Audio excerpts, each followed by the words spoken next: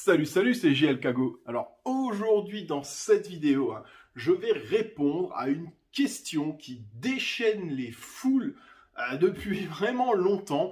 Et j'ai vraiment essayé de vous faire une vidéo le plus complet possible afin qu'il n'y ait plus rien à redire après avoir vu cette vidéo. Aujourd'hui, on va parler de qui a construit Goldorak. Vega, Euphor, vaste question, tellement il y a eu de versions différentes. Et même avec les versions officielles, c'est pas toujours clair cette histoire. Allez, mais déjà on va commencer par les versions que j'ai qualifiées de loufoques. Avant ça, je vous invite, si ce n'est pas déjà fait, à vous abonner à ma chaîne YouTube, à me suivre également sur Facebook et Instagram, bien entendu à liker cette vidéo si elle vous a intéressé, à me laisser un petit commentaire, ça fait toujours plaisir, mais surtout vraiment à partager ces vidéos afin de faire gagner des abonnés, parce que comme je le répète depuis quelques vidéos, j'essaye de mener des petites investigations, et plus j'aurai d'abonnés, plus j'aurai d'impact auprès des personnes à qui je demande des renseignements. Voilà, merci, l'instant promo, c'est fini. Allez, on commence. J'ai failli oublier. Encore une petite chose avant de commencer. Je voudrais vraiment remercier Carole, Carole Gouren-Daïza, qui m'a vraiment aidé dans cette vidéo, qui m'a apporté beaucoup de précisions et autres. On a beaucoup discuté pendant que j'écrivais cette vidéo, et ça m'a vraiment fait plaisir. Alors là, ce que je voudrais maintenant, ça va vous prendre 10 secondes, c'est que vous alliez tout de suite dans les commentaires et que vous écriviez « Merci Carole ». Voilà, et ça va vous prendre 15 secondes. On va les prendre, ces 15 secondes. Allez-y. Voilà, je veux que vous alliez dans les commentaires et que vous tapiez « Merci Carole ». Voilà, ça y est, c'est bon? C'est fait? On peut attaquer? Allez, c'est parti. Vous vous souvenez de ces bouquins-là? Collection rouge et or, avec des histoires de Goldorak à l'intérieur? Eh bien, la première, on va dire, version loufoque, elle nous vient de ce bouquin. J'en possède d'ailleurs quelques-uns. Et je pense qu'un de ces quatre, je ferai très certainement une vidéo dessus, parce que il y a des fois des trucs assez marrants dedans, et en plus de ça, les illustrations ne sont pas mal du tout. C'est pas le sujet du jour. Aujourd'hui, on va s'attaquer au deuxième volume de ces bouquins, Bataille d'OVNI. Et plus particulièrement au moment où Actarus révèle son identité à Alcor. Alors attendez, je vous retrouve le passage. Je vous remets dans le contexte, Actarus explique à Alcor son passé. « Tu comprends, dit Actarus, si nos amis connaissent mes pouvoirs, ils me pousseraient à les utiliser plus souvent, peut-être même pour des raisons futiles. Je ne m'en sers aujourd'hui que pour guider Goldorak, le robot samouraï que j'ai construit sur ma planète. C'est un engin très perfectionné qui peut se transformer, nanana, nanani, nanana. Un robot samouraï. Alors ouais, là, forcément, quand ça sort, on est peut-être... attendez, je vais vous dire ça. Voilà, 1978. Donc on est vraiment... Même pas dans les années 80. T'es japonais dans les années 80, t'es ou ninja ou samouraï. Voilà. À l'époque, les stéréotypes limite racistes étaient autorisés. Oui, on avait encore le droit de rigoler de tout à l'époque. Donc forcément, si t'es japonais, t'es ou ninja ou samouraï. Et là, ils ont tranché pour samouraï. Goldorak, le robot samouraï.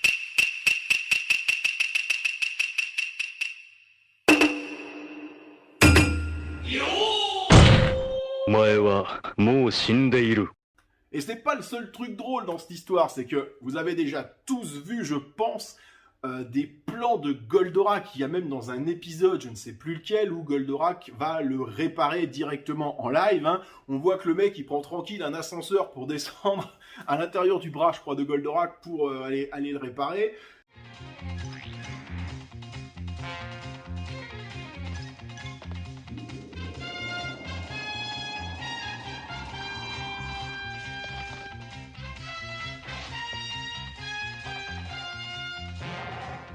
Vous imaginez un mec tout seul faire ça? Sérieusement? Ouais, ça doit être un truc colossal. Même avec des pouvoirs, c'est inimaginable, quoi. Les données sont celles-là. 30 mètres de haut, 280 tonnes, juste pour le robot. Je vous parle même pas de la soucoupe. Ah, sérieusement, vous imaginez Actarus dans son atelier, là?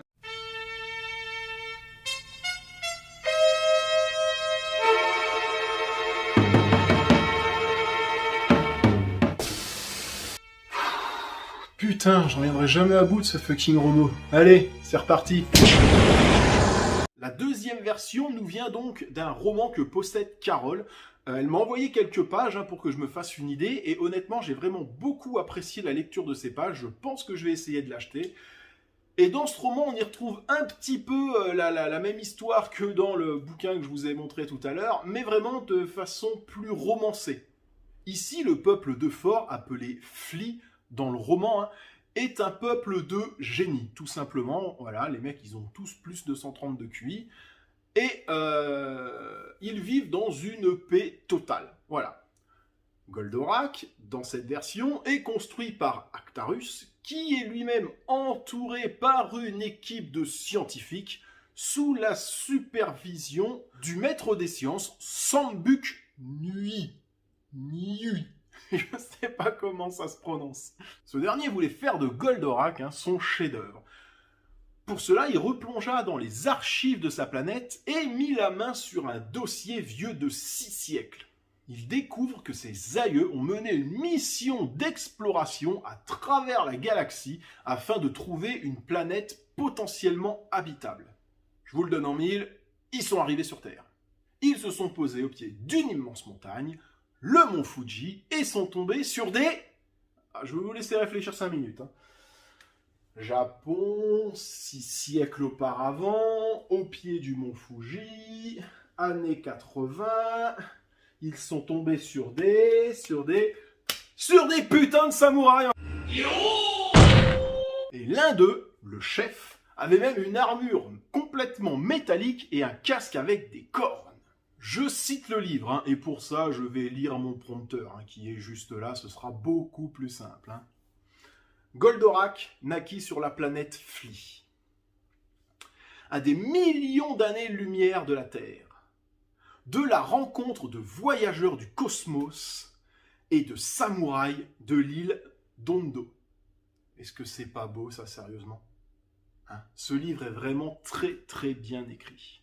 J'espère vraiment pouvoir mettre la main sur ce roman très prochainement, le lire et vous en faire une vidéo. Troisième anecdote loufoque, alors celle-là j'ai aucune trace d'où elle vient, je pense que c'est une bride qui est restée dans ma mémoire et qui vient très certainement d'une discussion ou peut-être d'une fanfiction ou autre, je ne sais plus du tout. Carole s'en rappelle aussi, mais pareil, aucune possibilité de remettre la main dessus. C'est une théorie, on va dire, où en fait Goldorak est bien construit par Euphor et où il devait servir de cadeau, tout simplement, d'offrande au grand stratégaire pour le mariage entre Vegalia, la fille de ce dernier, et Actarus, le prince de Fort. Voilà. Alors, pourquoi ça ne s'est pas fait, je ne sais pas. Pourquoi il a attaqué Euphor avec cette théorie, pourquoi il a attaqué Euphor alors que Goldorak allait lui être offert, j'en ai aucune idée, mais c'est une théorie que j'aime bien au final, l'alliance de la plus grande puissance militaire de la galaxie avec le peuple qui détient vraiment l'arme ultime. Voilà, c'est une théorie qui est intéressante et qui aurait pu s'avérer réelle. Galia.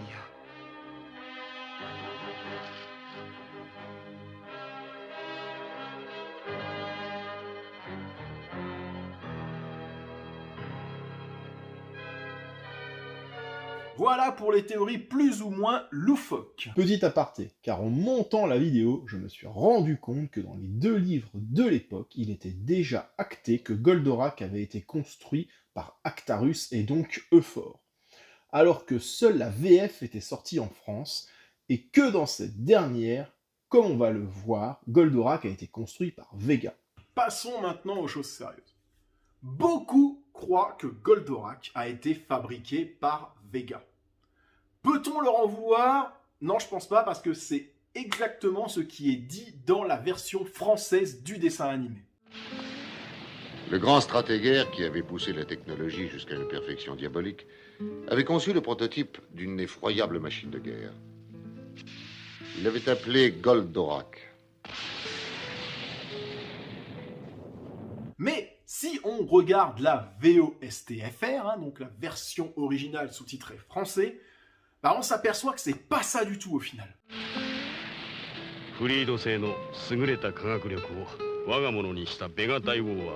恐るべき戦闘マシンを作らせた。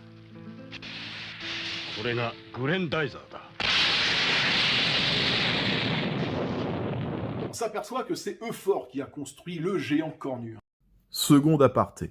En montant la vidéo, je me suis aperçu qu'entre la VF et la VOSTFR, il n'y avait qu'un seul mot qui faisait toute la différence pour savoir qui avait construit Goldorak.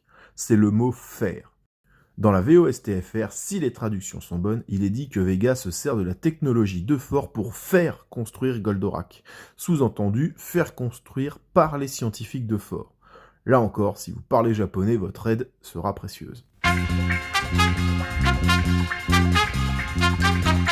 Au travers des multiples mangas, que ce soit le one-shot de Nagai, que ce soit les 4 tomes de Ota, c'est à quelques détails près la même version.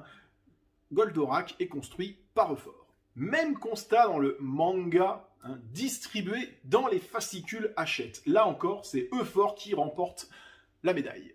Mais revenons à l'anime, car si dans la version française, Goldorak a été créé par Vega, les épisodes s'enchaînent et la cohérence reste. Dans la VO, c'est plus difficile. Dans le teaser qui annonce l'épisode 2, il est dit, selon le sous-titrage, que Vega, ayant besoin de Grendizer pour conquérir l'univers, attaque la planète Fleed. Comme si Grendizer, Goldorak, existait déjà. 強制大王ベガは宇宙征服を達成するためフリード星のグレンダイザーが必要となりフリード星を襲撃した。そしてグレンダイザーと共に危うく難を逃れたデューク・フリードは地球にたどり着いた。 Or, dans l'épisode 2, Procyon raconte que Vega utilisa ensuite la technologie très avancée de Fleed pour faire construire un engin de mort. C'était Goldorak. Ce qui indique que l'attaque d'Euphor a déjà eu lieu ou a tout du moins déjà commencé. Compliqué tout ça, mais c'est pas fini. Dans l'épisode 49, il est présenté ainsi par le percepteur de Phénicia, son grand-père. グレンダイザーじゃ。グレンダイザー？あの空飛ぶ円盤？あれはただの円盤ではない。UFO ロボグレンダイザーじゃ。フリード星の守り神。フリード星の守り神？フリード星の者は一人残らず死んだ。今グレンダイザーに乗っておる者はフリード星を滅ぼしたベガ星の悪魔に違いない。姫に悪魔の手からグレンダイザーを取り戻していただきたいのじゃ。姫にならできる。必ず悪魔の手から我々の守り神グレンダイザーを。 Le fait que Goldorak soit présenté comme le dieu protecteur de la planète Fleed indique bien entendu qu'il n'a pas été fabriqué après l'invasion de Vega, mais bien avant. Donc là encore, la VO se contredit. On retrouve le même passage, quasiment au mot près, dans le volume 3 des mangas de Ota.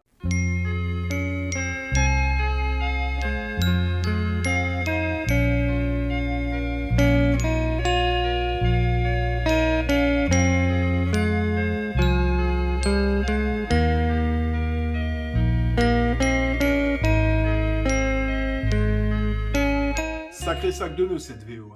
Alors, erreur scénaristique, erreur de traduction. Si jamais vous parlez japonais et que vous pouvez m'apporter des éléments de réponse, ce sera vraiment avec grand plaisir que je les prendrai. L'avantage de la VF, si je puis dire, c'est que Goldorak est présenté de bout en bout comme étant originaire de Vega. Dans la VF, il est en quelque sorte un Antérac qui a ensuite été perfectionné par Procyon.